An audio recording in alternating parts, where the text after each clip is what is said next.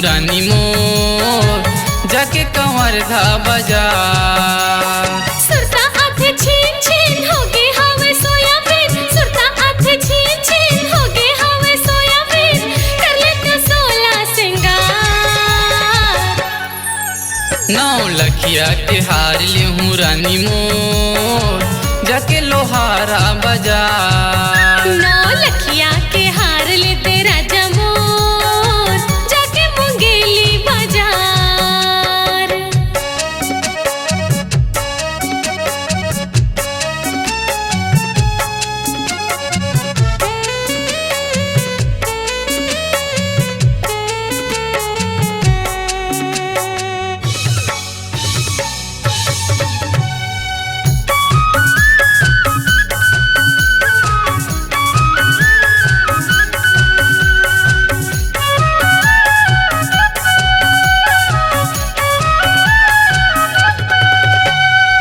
सोने के नथनी ले दे, कान के बाली ले दे, न मांग के मोती। लली के लुगरा लेके होठ के मुरंगी घुमाऊं तो लचारो पोती।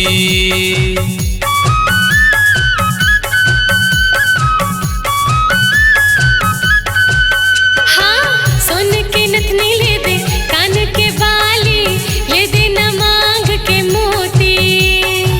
लली के लुगरा लेके होठ के मुरंगी घुमाऊं तो लचारो पोती।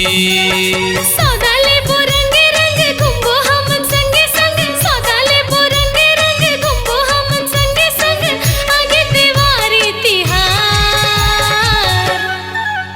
9 लखिया के हार ले हूँ रानी मोर जाके समुंदा बजा। 9 लखिया के हार ले दे राजा मोर जाके सुपेला बाजार।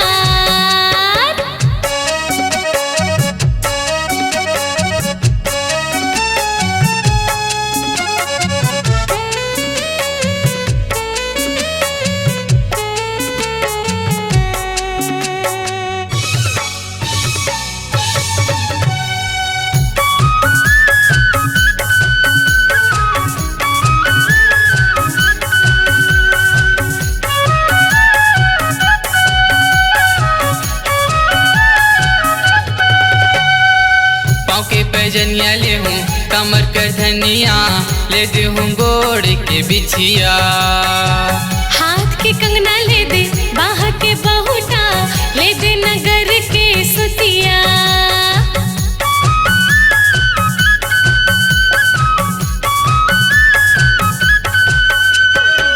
पाँव के पैजनिया ले हूँ कमर कर धनिया ले दे हूँ गोड़ के बिछिया। हाथ के कंगना ले दे, बाह के बहुटा ले दे, नगर के सुतिया। ली हूँ मैं हाँ गहना ला सुन मोरी कहना ला, ली हूँ मैं हाँ गहना ला सुन मोरी कहना ला, तोर बरे माया दुला। 9 लखिया के हार ले दे राजा मोर जाके गंडई बाजार। 9 लखिया के हार ले हूँ रानी मोर जाके वो धमधा बजा। सुरता आथे छीन छीन होगे हवे सोयाबीन, सुरता आथे छीन छीन होगे हवे सोयाबीन, कर लेते 16 सिंगार। 9 लखिया के हार ले हूँ रानी मोर जाके कंवर धा बजा। 9 लखिया के हार ले दे राजा मोर जाके कंवर धा बाजार। 9 लखिया के हार ले हूँ रानी मोर जाके कंवर धा बजा।